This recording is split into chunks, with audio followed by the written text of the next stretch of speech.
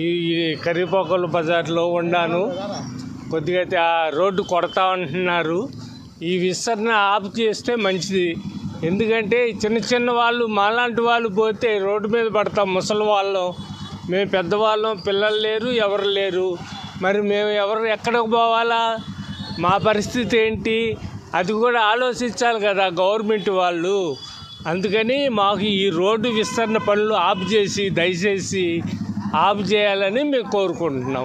అండి తెనాలి రోడ్లో మా వడ్డపడి సెట్ దగ్గర షాపులు ఉన్నవి. షాపులు మొత్తం పోతున్నాయండి. అయితే మా జీవనాధారం పోయిద్దండి. దీనివల్ల మేము చాలా ఇబ్బందులు పడతాము. అదే ఇక్కడ మా మిద్ది తెనాలి రోడ్లో మిద్ది సెంటర్లో మా బిల్డింగ్ అండి. అద్దెల మీద బతుకుతున్నాము. కొద్దిగా గత 50 సంవత్సరాల నుంచి ఉంటున్నాము. రెండేపుల రోడ్డు ఉండటం వల్ల మొత్తం పోతుంది. రోడ్డును పడతాం. ఈ రోడ్డు అయితే ఏదైనా డైరెక్ట్ రోడ్లు జాతీయ దారాలకు అనుసంధానం చేసి ఈ వంపుల రోడ్డు ఆపాల్సిందిగా లోకేష్ న్యాయం చేస్తారని ఆశిస్తున్నాం. నా పేరు పండిత వీరస్వామి అండి.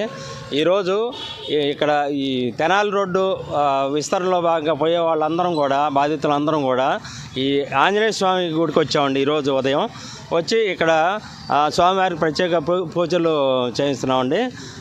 ముఖ్య కారణం ఏంటంటే ఈ రోడ్డులో చాలామంది ఇక్కడ మొత్తం పోయే బాధితులు చాలామంది ఉన్నామండి. కాబట్టి ఈ రోడ్డు విస్తరణను గవర్నమెంట్ వారు మా యందు దయ ఉంచి ఆపాలని మేము కోరుకుంటున్నామండి. అలాగే ఈ రోజున చాలామంది కూడా అందరం కూడా ప్రత్యేకంగా ఆంజనేయ స్వామిని వేడుకోవడానికి కారణం ఏంటంటే స్వామివారి మా ఆలయం కూడా విస్తరణ భాగంలో పెట్టారండి. ఆలయం మిద్ది కూడా కొంత భాగం పోతుందండి. కనుక స్వామివారిని మేము ఆ మిద్దిగా భాగం ఈ రోడ్డు విస్తరణలో మిద్ది కూడా పోకోకుండా ఉండాలని స్వామివారిని కోరుకొని ప్రత్యేక పూజలు చేయించామండి.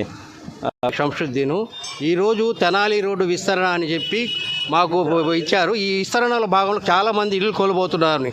అందుకని నేను ఈరోజు హిందూ సోదరులతో పాటు మేము కూడా ఈ ఆంజనేయ స్వామి హ్యాండ్లూమ్స్ ఈ రోడ్లో 60 అడుగులు విస్తరణ పెట్టిన దానివల్ల నా షాపు నా ఇల్లు పూర్తిగా పోతుందండి. నేను పూర్తిగా రోడ్డు మీదకి వస్తున్నాను. ఇవాళ మేము ఈ మిద్ది సెంటర్కి వచ్చి మా ఆంజనేయ స్వామి గారిని వేడుకోవడానికి వచ్చాము. ఈ 60 రోడ్డుల విస్తరణ అనేది ఆపాలని కోరుకుంటున్నాము. మేము ఎంతోమంది మున్సిపాలిటీ వాళ్ళకి అందరికీ విన్నవించుకున్నాము, వాళ్ళకి పత్రాలు సమర్పించాము. కానీ ఎవరు మా బాధలు ఆలకించట్లేదు. అందుకనే మా స్వామివారన్నా మా బాధలు ఆలకిస్తారేమో, ఆయనన్నా మమ్మల్ని కాపాడతారేమో అనుకొని ఇవాళ ప్రత్యేకంగా ఇక్కడ పూజలు నిర్వహించుకోవడానికి వచ్చామండి. సో మేము మా వారితో పాటు మున్సిపాలిటీ వారికి గవర్నమెంట్ వారికి కూడా మేము చెప్తుంది ఏంటంటే ప్లీజ్ ఇంకొకసారి మీరు ఆలోచించండి. ఈ 60 కూడా విస్తరం ఆపండి. మా అందరి అభిప్రాయాలు తీసుకొని మమ్మల్ని రోడ్డు మీద పడకుండా మా అందరినీ కాపాడుతూ మీ అభివృద్ధి చేసుకునేటట్టు ప్లీజ్ ఇంకొకసారి ఆలోచించండి.